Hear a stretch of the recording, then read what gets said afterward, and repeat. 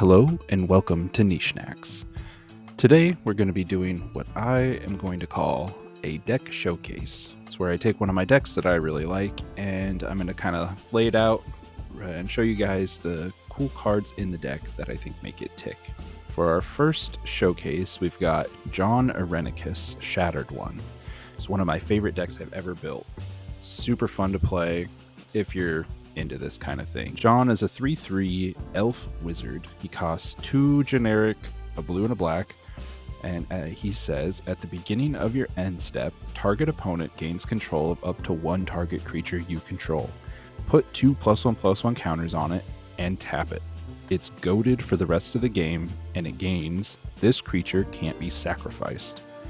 Whenever a creature you own but don't control attacks, you draw a card. We're going to donate creatures to our opponents. They're goaded, so they have to attack one of our other opponents as well, unless we're the only, player left. And then we're going to draw cards when our opponents attack each other with the creatures we give them. We're going to donate some pretty horrific creatures to our opponents. I really enjoy this deck. I like fucking with my opponents and giving them things and making them change how they play. And one of my favorite things I want to hear my opponent say is, well, that changes my whole turn. If you like politicking, this deck is for you. If you like to hear your opponents go, ugh, this deck is for you. It also doesn't have a lot of ways to win. We're kind of giving our opponents a bunch of crap and then hoping that they kill each other and don't focus on us, which is part of the politicking. We need to protect ourselves, and there's not a lot of stuff in the deck that protects us, and we need to use our words to make our opponents more of a threat than us. Because realistically, our board is going to have some lands, maybe a couple enchantments, and Jon. That's really it. We don't make a bunch of creatures ourselves. Pretty much every creature we play, we give away. There's a couple creatures in the deck that we can keep on our side of the board and not give away to use as protection. Baleful Strix right on the top. It's a good example. Flying Death Touch. When it enters, you draw a card. It's pretty good. It's a 1/1 flyer with Death Touch that we can just kind of hold on to. If we play it earlier in the game and then dump Jon, we can donate it to our opponent, and now they have a 3/3 flyer that's goaded that'll draw us more cards when it attacks. But sometimes late game, it's good to just kind of hold it up. So we're going to go through all of the garbage that we're going to donate to our opponents throughout the game. Abyssal Persecutor. 6/6 for 2 and 2 black. Flying Trample. You can't win the game, and your opponents can't lose the game. Sounds pretty bad, but we're going to give it to somebody and say, here, you can't win, and I can't lose now. So, good luck. Archfiend of the Dross, another 6/6 flyer for 2 and 2 black, and it enters the battlefield with 4 oil counters on it. At the beginning of your upkeep, you remove an oil counter from Archfiend of the Dross, and then if it has no oil counters on it, you lose the game. Whenever a creature an opponent controls dies, its controller loses 2 life. So we can hold on to this for a couple of turns and then donate it to an opponent. Maybe crack in for 6 in the air every once in a while. And then when it gets down to like 2 or 1 oil counters, go, oh, okay, here you go, you can have this now. And then on their upkeep, they're going to untap it, remove the last oil counter from it, and then just lose. Asmodeus the Archfiend. It's a 6/6 for 4 and 2 black. No flying this time. But he has an ability called Binding Contract. So if you draw a card, you exile the top card of your library face down instead.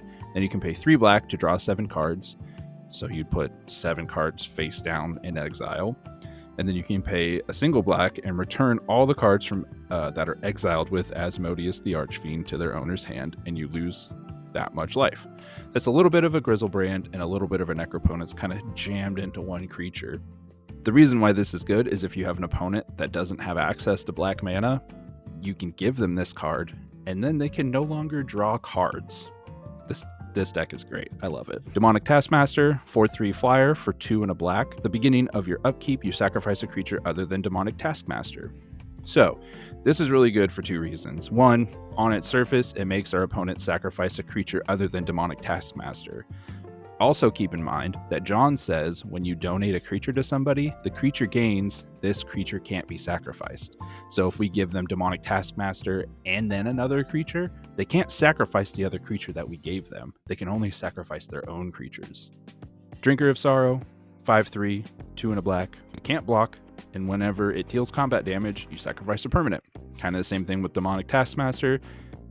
It's goaded, so they have to attack with it. And it's whenever they deal combat damage, period, to a creature or player. It doesn't have to be a player specifically. They sacrifice a permanent. And it can't be the Drinker of Sorrows, because it gains, this creature can't be sacrificed. Ebon Drake, it's a 3/3 flyer for 2 and a black. Whenever a player plays the spell, you lose a life. There you go. Hopefully your opponents aren't storming off. Ebon Blade Reaper, 2 and a black for a 1/1. When it attacks, you lose half your life rounded up. And whenever it deals combat damage to a player, that player loses half of his or her life rounded up. 2 big things with this. 1, we can morph it, so we can play it face down for 3 mana, attack with it, and then flip it up for its morph cost. And if it hits somebody, they're going to lose half their life. The other part is if we donate this to an opponent, now they have to attack with it because it's goaded, so it's guaranteed someone's losing half their life. Then if it happens to connect with the person they're attacking, that person is also losing half their life. Oh god, this card is awesome. Eon Frolicker, it's a 5/5 with flying for 2 and 2 blue. When it enters the battlefield, if you cast it, target opponent takes an extra turn after this one.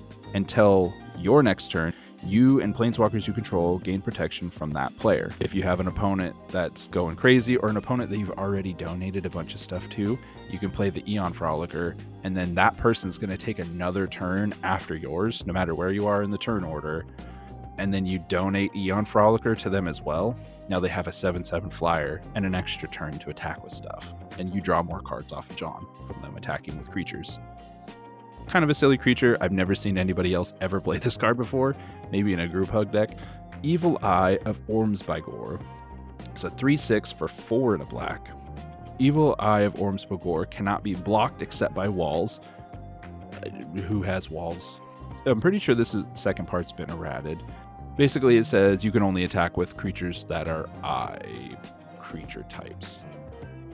EYE creature types. Eyeballs. Yeah. So you donate this to an opponent. They can no longer attack with all their creatures. Say they're going off and they have a shitload of 1/1s because they played an Avenger of Zendikar or something, and then played like 5 lands in a turn. You donate them this Evil Eye. Go, here you go. You can't attack with anything but with eyeball creatures. Good luck. Another Evil Eye. Evil Eye of Urborg. It's a 6/3 instead of a 3/6 for 4 and a black. Non-eye creatures you control can't attack. I'm pretty sure that's what this has been errated to. Non-eye creatures you control can't attack. Whenever Evil Eye of Urborg becomes blocked by a creature, destroy that creature. So even if they're swinging in with the Evil Eye, you donated it to an opponent, they take it, and then they have to attack with it. Anything that opponents block with it will be destroyed before combat damage is dealt. Flesh Reaver, it's a 4/4 for 1 and a black.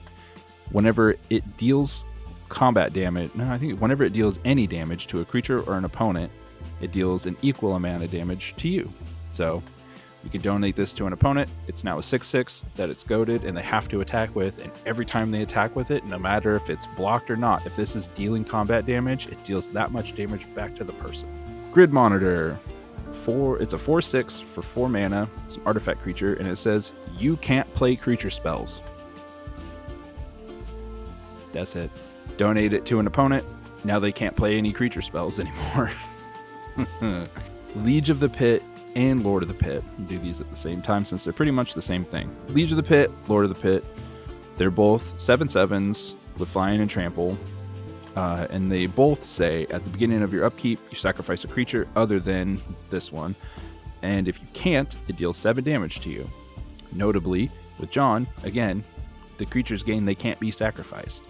So even if you donate 3 creatures to somebody and they have a Liege of the Pit, they can't sacrifice any of the creatures that you donated to them, so they have to sacrifice their own creatures. And if they can't, this just straight up deals 7 damage to them. And the good part about these, they don't tap themselves like a lot of those kinds of creatures do, where if you can't sacrifice something on your upkeep, they tap and then do something. These don't tap themselves. So they're just going to dome my opponent for 7, and then it has to attack another opponent for 8 flying trample in the air. Sorry, 9 flying trample in the air, because Jon puts 2+1/+1 counters on them when they're donated. Plague Reaver, it's a 6/5 for 2 and a black. And it says at the beginning of your end step, sacrifice each other creature you control. Then you can discard 2 cards, sacrifice the Plague Reaver, and choose target opponent, return Plague Reaver to the battlefield under that player's control at the beginning of the next end step. That part's kind of cool. That's how this card is supposed to be used, but we have Jon. So if we donate the Plague Reaver with Jon to somebody, that second part of discard 2 cards and sacrifice Plague Reaver, sacrificing Plague Reaver is part of the cost of activating the ability, and they cannot do it because of the text that Jon puts on the card. So they just have a 6/5 creature that at the beginning of their end step, they have to sacrifice each other creature they control. Yeah, I don't think I need to explain why that's good. For you, at least. Bad for your opponents. Phyrexian Negator. It's a 5/5 with trample for 2 and a black. Whenever Phyrexian Negator is dealt damage, sacrifice that many permanents. Can't sacrifice the Phyrexian Negator once it's been donated with Jon. So they just have a 7/7 with trample that they got to beat in somewhere. I've noticed with the Phyrexian Negator, at least my playgroup's kind of figured out how to play around Jon a little bit. But if you catch a group unawares with this, I mean, it's pretty good. Most of the time, my play group, if somebody gets a Phyrexian Negator and they attack someone with it, they just accept the 7. But if you get an opponent that's trying to, get back at that person that has the Phyrexian Negator, they can chump it with, a 3/3 or something. And yeah, sure, they're still going to take 4 damage, but the person that's attacking with the Phyrexian Negator has to sacrifice 3 permanents then. Any permanents except the Phyrexian Negator, because they can't. Marauding Regisaur, 7/6 for 2 and a black. It says at the beginning of your upkeep, you discard a card. Donate it to an opponent. Now it's a 9/8, and they have to pitch a card on their upkeep. Thought Eater. It's a 2/2 for 1 and a blue with flying. Your maximum hand size is reduced by 3. So you donate it to an opponent, and now they have a max hand size of 4. Unless they have something that gives them no maximum hand size, that'll kind of supersede the Thought Eater, which, I mean, you're going to see Phyrexian Towers and all that stuff, so it just happens. Or not Phyrexian Tower, Reliquary Tower, sorry. People just have Reliquary Tower in their deck. Big part of Commanders, drawing a lot of cards, so people have a couple ways, usually in a deck, to have no max hand size. And the last one we've got is Steel Golem. It's a 3/4 for 3 generic mana, artifact creature. You cannot play summon or artifact creature spells, so you can't play creatures or artifact. Oh yeah, it's just straight. You can't play artifact creature spells. I don't know. Let me fucking look this up really quick. Steel Golem. Oh, it's just you straight up. You can't play creature spells. All right, so it's the same exact thing as the Grid Monitor. You can't play creature spells. Which, yeah, played out. Donate it to an opponent. They can no longer cast creatures. They're stuck with what they have on the board until they get rid of Steel Golem. Next, we have a couple of creatures that we can cast and then kind of stick around on our table, to our side of the table, to hopefully protect us a little bit. Baleful Strix, we already kind of talked about. It's a 1/1 with flying and death touch, and when it enters, you draw a card. So it's going to replace itself when it enters, and you just have a 1/1 with flying and death touch that you can stick around and hopefully block something big coming your way, or use as a deterrent for somebody to not attack you. Endrick Sar, Master Breeder. He's a 2/2 for 4 and a black, human wizard. Whenever you cast a creature spell, you create X 1/1 black thrall creature tokens, where X is that spell's mana value. And when you control 7 or more thralls, sacrifice Endrick Sar. Hopefully he'll stick around long enough to make us a couple creatures to block with. That's really the idea of Endrick in the deck, is to just make us some dudes and give us a little bit of breathing room, because most of the time we're stuck with just Jon in play, and that's it. So having more creatures around to block with in case people do attack us, which they are going to, people are not going to be happy with you when you start donating anything out of this pile to them. Nobody wants that. So they will attack you with the things that they can attack you with. Noxious Gearhulk, 5/4. It has menace, so we can attack with it, and has a little bit of an evasion. But when it enters the battlefield, you may destroy any other target creature. If a creature is destroyed this way, you gain life equal to its toughness. So it's also a way, like, if we play a big nasty creature and we have Jon in play and somebody kills our Jon before we can donate the creature, Noxious Gearhulk will take that creature out for us and gain us some life back in the process. You can also use it to blow up a problem creature your opponents have and then donate it to somebody else, and then it's a 7/6 with menace. that your opponents now have to deal with. Phyrexian Obliterator. It's a 5/5 with trample for 4 black mana, and it says whenever a source deals damage to Phyrexian Obliterator, that source's controller sacrifices that many permanents. Again, it's one that we can either keep or donate. It's kind of why I like this pile. We can either keep all this stuff or we can donate it to our opponents. Just holding a Phyrexian Obliterator back and waiting for someone to attack you, like, they kind of understand that coming in and attacking you, you're going to block the biggest thing with Phyrexian Obliterator, and then they're going to have to sacrifice that many permanents. Yeah, you might take some damage, but you're going to make them hurt on the way out. And then last but not least, Sower of Discord. It's a 6/6 with flying for 4 and 2 black. When it enters, you choose 2 players, and whenever damage is dealt to one of the chosen players, the other chosen player also loses that much life. So this is a good way to like pit 2 opponents against each other. You can also pit yourself against an opponent and be like, all right, well, if you're going to attack me, I'm going to play this Sower, and now you and I are linked. So if you attack me for 20 damage, you're also going to lose 20 life. So it's a good politicking tool for sure. And then next, we've got stuff that kind of goes with Jon, but doesn't really fall under any category over here. Or just other cards that I think are cool and in the deck. So first we got Bribery. Bribery is a sorcery for 3 generic and 2 blue, and it says search target opponent's library for a creature card, put that card into play under your control. That player then shuffles his or her library.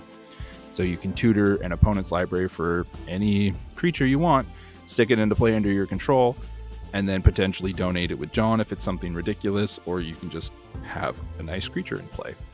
Probably the funniest thing I've ever done with Bribery is I briberied one of my opponents, took their Blightsteel Colossus, and then donated it to someone else with Jon, and then just let him go crazy with a 13/13 with trample and infect. Nobody survived. I'm pretty sure I lost that game too. Curse of Verbosity. This is an enchantment curse for 2 and a blue. Enchant player. Whenever enchanted player is attacked, you draw a card. Each opponent attacking that player does the same. So this will kind of go with Jon, giving other creatures to our opponents, goading them, forcing them to attack, and then you Curse of Verbosity somebody. So again, that's a good politicking tool. If someone's going crazy or, has been a problem, you can curse them, and then people who have to attack will probably choose that person to attack because they get a card out of it. You're also going to draw a card when your opponents attack the opponent that's cursed by Curse of Verbosity, and then you'll also draw a card off of your creatures attacking that player if you don't control them with Jon. So it's kind of a way to double up on card draw and kind of single a person out who's being a problem. Demonic Rising. At the beginning of your end step, if you control exactly one creature, you put a 5/5 black demon creature token with flying onto the battlefield. Typically, the only creature we have in play is Jon. So we can play a Demonic Uprising. On our end step, we stack the triggers how we want because there are triggers. So we stack Jon and then the Demonic Uprising, or Demonic Rising. So the Demonic Rising will trigger first. We'll make a 5/5 black demon, and then we can donate it with Jon. And now there's a 7/7 goaded flying demon on our opponent's side that has to attack somebody that's not us. Or we can just hold back a 5/5 flyer if we need it for blocking or whatever. Next, we've got Fade Away. 2 and a blue for a sorcery. For each creature, that creature's controller pays 1 mana or sacrifices a permanent. We're going to be donating our creatures out. We'll likely only have Jon, so we've only got to pay 1 extra mana for Fade Away. Everything that we've donated out can't be sacrificed, so they can't sack it to the Fade Away, but they still have to pay 1 mana for those creatures that we've given them or sacrifice another permanent. Pretty gross. Heartless Summoning. This is actually one of my favorite cards in the deck too. Creature spells you cast cost 2 less to cast. Creatures you control get -1/-1. So that second part kind of sucks. It does kind of ruin some of our creatures. Probably like I've had this happen a couple of times where we've got a Heartless Summoning in play and then I draw an Ebon Reaper, which is a 1/1. So there's no option for me to play an Ebon Reaper unless it's a face down 2/2 with Heartless Summoning in play, because it'll die due to state-based effects before anything else happens. Even if like we target it with Jon to donate it and then try to morph it back up before it goes away or something like that, it won't work with the Heartless Summoning in play. So there's a couple non-bows with Heartless Summoning, but getting 2 mana off of every creature we have, and this deck does have a lot of creatures. I mean, there's a lot of things that are just 2 and a black or 2 and a blue, like Rotting Regisaur is a 7/6 that we can cast for 1 black mana with Heartless Summoning out. Later in the game too, with Heartless Summoning, we can cast a good amount of our creatures for really cheap with Heartless Summoning and then have mana up for interaction too. So seriously, one of my favorite cards in the deck. It's an all-star. It's great. It makes our Jon a 2/2, but whatever. It's not really like we're blocking that much with him anyway. Making our creatures cheaper to cast and then donating them out, it's just a home run. It's really good. Pendulum Mists costs 3 and a blue, and it's an enchantment that says each creature gains during your upkeep, pay 1 or sacrifice this creature. I know this is an old card and it says bury, but it has been errated to sacrifice. Yeah, all creatures have at the beginning of your upkeep sacrifice this creature unless you pay 1 colorless. Yeah. So again, it's just a way to kind of tax our opponents for having creatures. They don't have to pay for the creatures that we donate to them. So because the creatures that we donate to them cannot be sacrificed, they can choose not to pay the upkeep cost of 1, and then nothing happens to the creature. But any creature they play, or if they're going wide with tokens or something like that, this will hinder them pretty heavily because it's an enchantment and it happens every upkeep. Reigns of Power. Reigns of Power is probably how we win most games, if any. It's an instant for 2 and 2 blue, and it says, untap all creatures you control and all creatures target opponent controls. You and that opponent each gain control of all creatures the other controls until end of turn. Those creatures gain haste until end of turn. So typically, the only creature we have in play is Jon, and we've hopefully been loading up one person, 1 or 2 people with a bunch of creatures. And when it gets down to you and that one other person, if you're still at an okay spot, you can Reigns of Power, give them your Jon, you take their army of creatures, hopefully they've, lost a little bit of life, and then you can just turn them all sideways and hope. So in the process of editing the video, I realized I forgot to mention this when talking about Reigns of Power. One thing to watch out for, if you've donated an Abyssal Persecutor to your opponent and they've got you under 1 health, if you Reigns of Power and then take their Abyssal Persecutor, you just lose. So, bit of a non-bow, something to watch out for. Rhystic Study, everybody's seen a Rhystic Study. It's good in this deck. We're already annoying our opponents by giving them creatures. Might as well draw some more cards and annoy them more, right? I guess I should probably read Rhystic Study, huh? Rhystic Study, it's an enchantment for 2 and a blue. Whenever an opponent plays a spell, I can draw a card unless that player pays 1 mana. And we have to remind them, everybody's heard the annoying, you want to pay 1 for that? Next, we have Strionic Resonator. It's an artifact for 2 colorless. You can pay 2, tap it, copy target triggered ability you control. You choose new targets for the copy. So that's going to copy our Jon triggered ability at the beginning of our end step, so we can donate 2 creatures a turn. Teferi's Ageless Insight. It's a legendary enchantment for 2 and 2 blue, and if you would draw a card except the first one you draw in each of your draw steps, you draw 2 cards instead. So it's going to draw us double cards off Jon, double cards off Phyrexian Arena, basically double cards off of everything that isn't our regular draw step. Pretty good. The rest of the deck is honestly just kind of a blue-black control shell.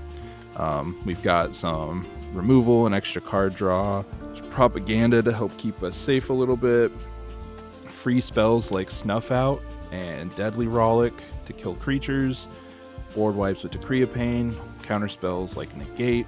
Actually, this deck could probably use a couple more counter spells, honestly. It's got Swan Song and Negate. I think are the only 2. And I am running, Game Changers, sure. This deck is not strong. Your opponents are going to hate playing against this. Your play group, if you build this, I mean, you're going to pull out the deck, and at least one person at the table who's played against it is going to go, ugh. But it's ugh in a good way. You know what I mean? We do have some game changers, like there's tutors and stuff in the deck, but you're tutoring out garbage to give your opponents. Same with the Animate Dead. Unearth is actually a real big hitter in this, because a lot of our creatures are cheap because they have a huge drawback. And you're like, yeah, sure, you can kill my Rotting Regisaur that I've donated to you. I'm going to unearth it and then donate it right back. Some draw, Phyrexian Arena, Dig Through Time, basic ramp package of just rocks, and then there's really no fancy lands either. I mean, we've got Reliquary Tower in case we draw too many cards, which doesn't really happen, honestly. Cycle lands, everything that makes blue-black mana, and then a big bunch of basics.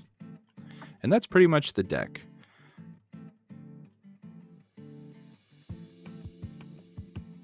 All right. Let's see if we get anywhere with this goldfish. So, first things first, we don't have any blue mana.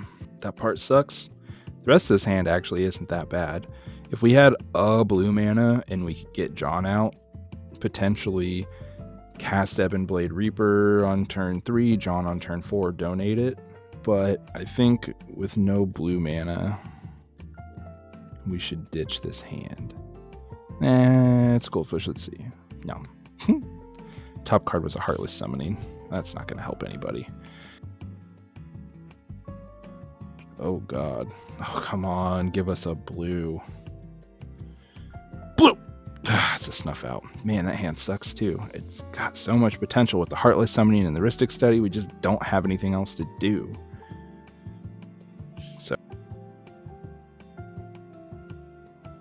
Okay. This one's got some blue. This is really slow. Man, this hand sucks too. I think we would stick the Profane on the bottom since we've mulliganed so many times. And we can try this. We'll see what happens. Tap up, keep draw. We get another thing there. So we can just play our land tapped. Play a land. Not doing anything. Ooh. Next turn, we can play a Nascent Metamorph. And we need a mana. Nope. Yeah, this hand sucks too. We're not going to play this.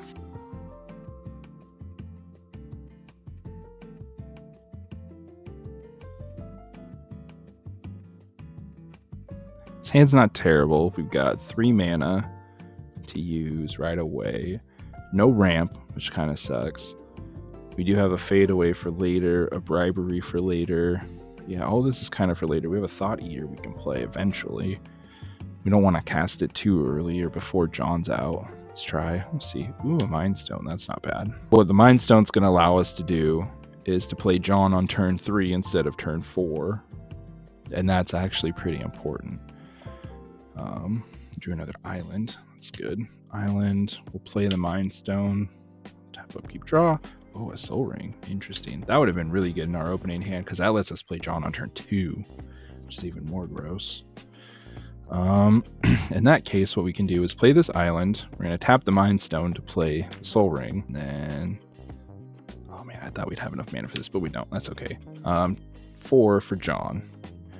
I was thinking in my head we'd have enough mana to cast the Thought Eater on the same turn as well, but we don't, but that's okay. So we'll untap, upkeep, draw, another land. Oh boy. We're flooding out. Let's play the Swamp. So now we have a couple options. We can play the Thought Eater and donate it. We have enough mana to cast Bribery right now. So, I mean, we could theoretically 5 mana, Bribery, somebody take their creature, donate it with Jon.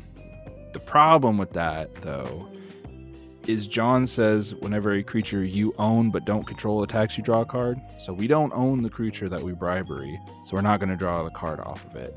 And I think right now in the game that we're in, we're a little slow. We need to start getting stuff out and donating it. So I think the right move is to play the Thought Eater, donate it to somebody at the end of our turn, give it 2+1/+1 counters. So at some point, they're going to have to attack with that creature, and when they do, we'll draw a card, which is an Arcane Denial.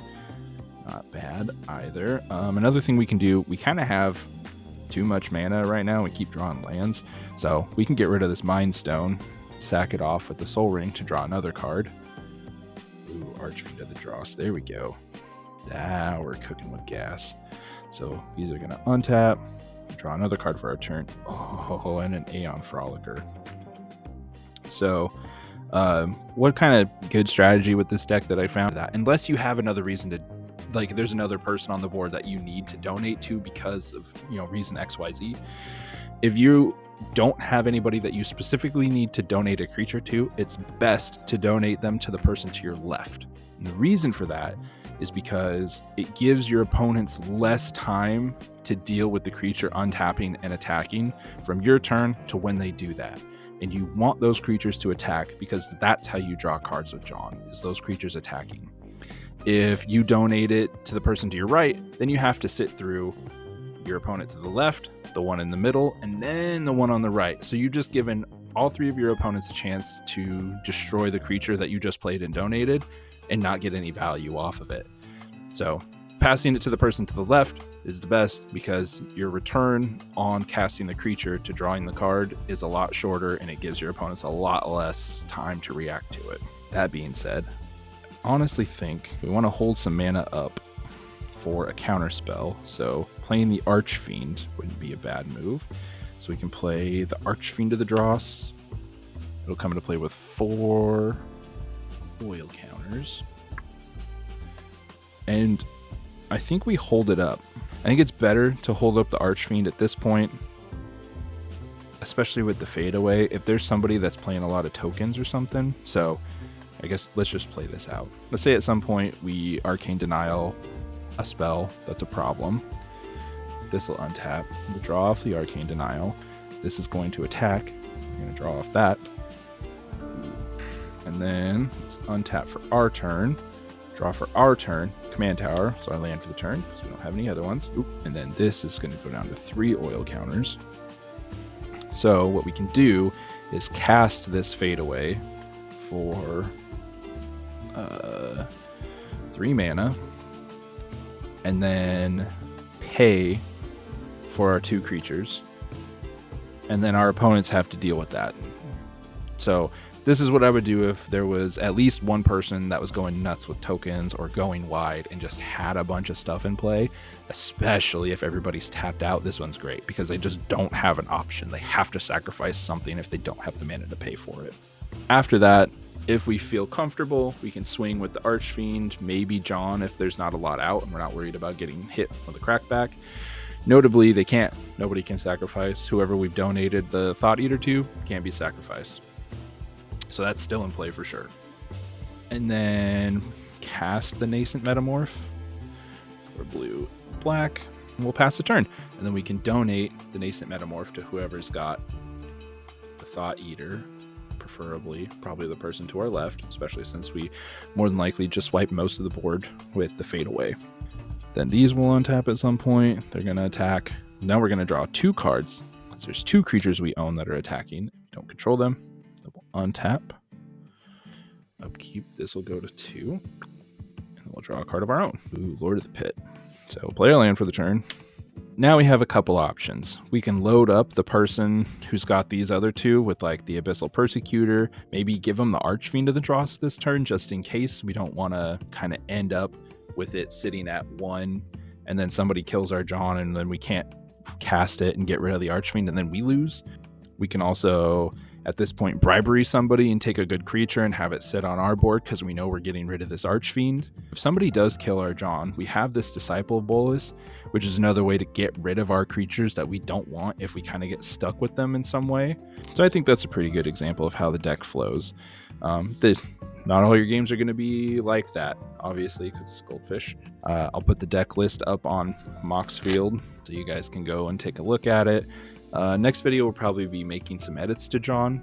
It is one of my favorite decks, and I love having it around and playing it every once in a while. Like I said, I think most of my friend group, my play group, has figured out how to play against Jon, so it's not as crazy as when I first built it. But everybody there still has a nice healthy fear of the bullshit that we can give them. And if you like this video, please give it a thumbs up, a like, rate, review, subscribe if you really want to. But I think the most important thing you can do if you enjoy this is just show a friend. Any friend you have that likes Magic and probably will enjoy what I'm saying and how I'm doing things, just send them a link. Don't even tell them why. Just go, here's this, watch this. All right.